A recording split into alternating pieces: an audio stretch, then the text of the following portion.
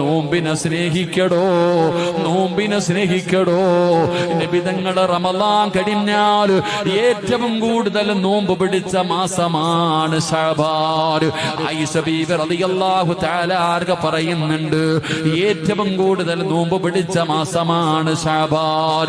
മുത്തുനബിയുടെ മാസമാണ് ശഅബാൻ. സ്വലാത്തുകൾ അധികരിപ്പിക്കേണ്ട മാസമാണ് ശഅബാൻ. ജനങ്ങൾ വിസ്മരിച്ചു പോകുന്ന മാസമാണ് ശഅബാൻ. പെട്ടെന്ന് തീർന്നു പോകുന്ന മാസമാണ് ശഅബാൻ.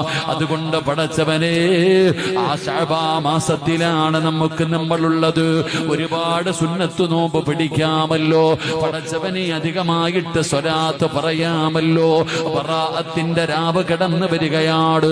പടച്ചവനെ അമലുകൾ മുഴുവനും അല്ലാഹുവിന്റെ മുമ്പിലേക്ക് കൊണ്ടുപോകാൻ പാകുന്ന ആ പുണ്യമായ ദിനം കടന്നു വരികയാണ്.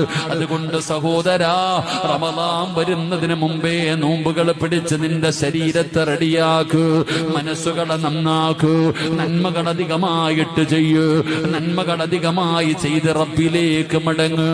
അല്ലാഹുവേ, അതിനുള്ള ഭാഗ്യമ തരണേ അല്ലാ.